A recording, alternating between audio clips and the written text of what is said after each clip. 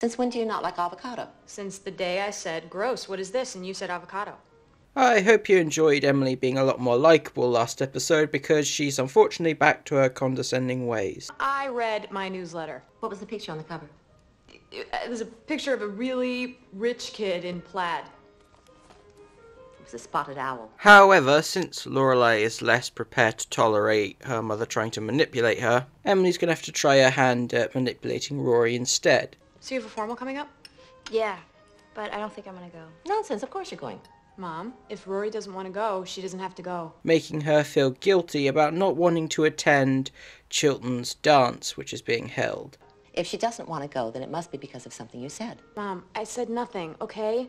Rory's disdain of formals is totally her own. When this doesn't work, it's up to Lorelai to actually talk to her daughter why she doesn't want to attend and try to make her feel comfortable. Why do you care all of a sudden if I go? I don't care if you go. I just don't want you to miss any experience because you're too afraid. I don't have a dress. I can make you one. Rory has to now pluck up the courage to ask Dean to the dance, since she isn't really aware of where they are in their relationship. What is he then? He's my gentleman caller. Okay, Blanche. Do you think he's my boyfriend? I think you guys spend a lot of time not kissing other people if this isn't a girlfriend-boyfriend thing. Oh, and Rory, remember to enunciate. I'm reading lips out here. And while he is not too eager on the prospect of the dance himself, Dean does at least see that it's something that means a lot to her and agrees to go with her. So, what would I have to wear? Some sort of pants would be good. Rory? It's coat and tie. Oh, man. But you could probably get away with a coat and no tie. Which, to be honest, is just as well, as, realistically speaking, there is no one at Chilton she would rather go with. Even the process of just trying to buy the tickets for the dance, Rory is met with the frustrations of Tristan. Well, look, okay, I'll confess something to you. I don't have a date. Well, I hear Squeaky Frome's up for parole soon. Well, at least she won't be buying her own ticket. As well as Paris, Idiot. Excuse me? He was totally nice to you and you couldn't be a bigger jerk. while preparing Rory's dress. Remember this bit of slapstick, it'll be on the test later. Emily calls Lorelai up to have another go at trying to manipulate her into making Rory want to go, but since Rory is going anyway, Emily decides, well, I was going to try and weasel something out of Lorelai. Take a picture of Rory for me, please. I will. On the stairs. And one by the front door. And one as she's getting ready. Mom, would you like to come over on Saturday and see Rory go to the dance? Thank you. I'll see you at 7. Soon the night arrives, and the consequences of Lorelai's little bit of slapstick catches up with her as she is now suffering from back pain. But she'll be fine, she's coped with this sort of thing before. But unfortunately, once Emily finds out about her injury, she decides that it's her responsibility to look after her. You've been sitting on that couch since I got here. That's because this is a right comfy couch. A little back spasm, that's it. It's no big deal. Move. If you're fine, then move. Rats. But that'll all have to wait, as it's time for Cinderella, aka Rory, to go to the ball. That's Dean. Where are you going? To the dance. You do not go running out the door when a boy honks. We will wait until he comes to the door.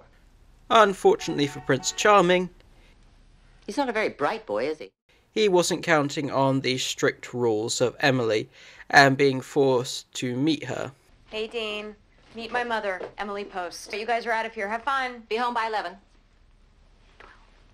Now that she's alone with Lorelai, Emily is now doing her best to actually be more parental and sympathetic as she tries to take care of her. Though that's going to be more difficult than she initially believes, as she is once again faced with the contrast of Lorelai's lifestyle. You traded my lovely gift for a semi-pornographic leering monkey lamp? Explain this to me, Lorelai. My back hurts. That having been said, her failed attempts to try and look after Lorelai end up bringing them closer together as they bond over the disgusting nature of putting banana on toast. Mom, Yes? please don't make me eat this. Oh my God, it's horrible. What on earth would I think? It's nice to see the two of them getting along and showing that Emily is capable of empathy towards Lorelai, and Lorelai is able to take her guard down and be less harsh towards her mother. You know what, Mom? I made the dress. You did a lovely job. Thank you. Now we see just how Dean and Rory are getting on at the Chiltern dance. Despite some attempts by Louise and Paris to make Rory uncomfortable, Dean becomes aware of the situation and does his best to put Rory at ease. And I've got to say, this is definitely one of his best episodes, and he's showing some signs of growth. So I can kiss you. Yeah, you can kiss me. Rory also gets more than she bargained for when she discovers that Paris's date is in fact her cousin. Now, a lesser person would use that information to humiliate Paris, but Rory is above that, and it doesn't matter anyway, as it's Paris who ultimately outs herself. Go ahead, tell them. I don't have to. You just did.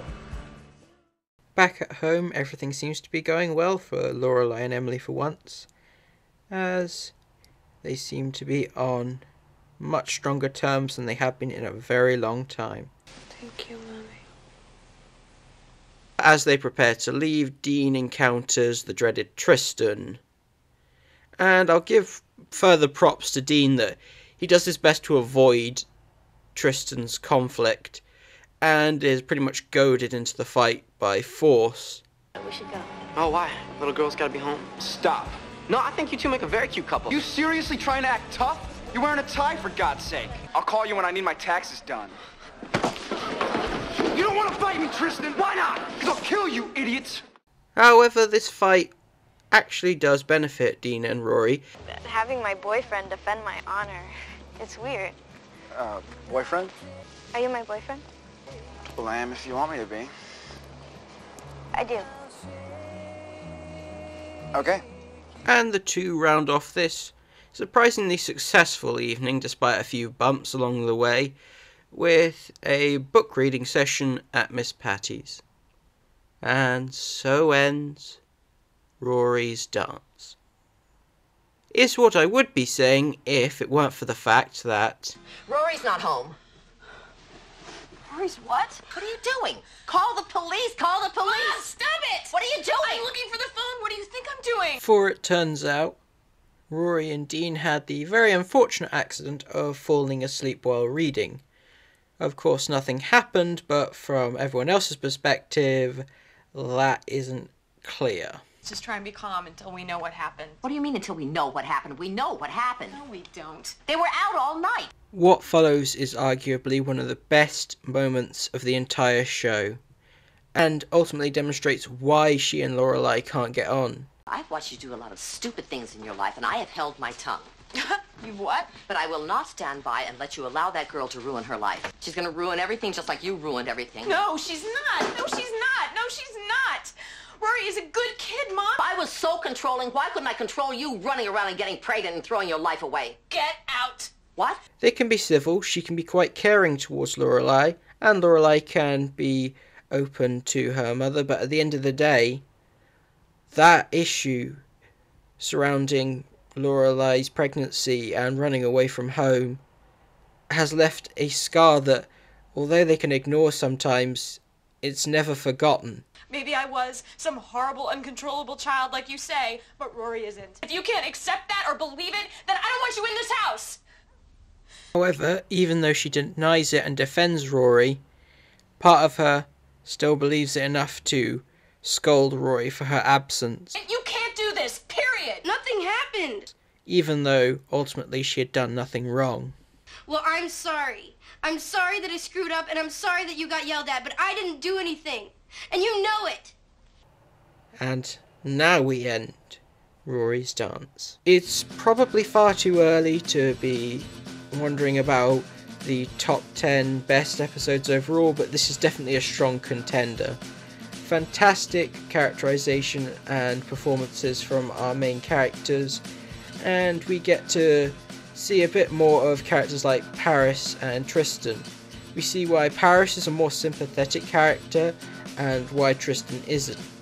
even though his actions are ultimately because he likes Rory and doesn't know how to express it properly, he still goes out of his way to manipulate Paris, knowing full well that she likes him, and strings her along rather than putting her down gently. And it's interesting we get our first proper cliffhanger of the show, and will lead into next week's episode. Thank you for watching, I hope you enjoyed. Be sure to like, comment and subscribe. Follow me on Twitter at this link here, and I'll see you next time for Forgiveness and Stuff. What's wrong with the tomato? I was fraternizing with the enemy.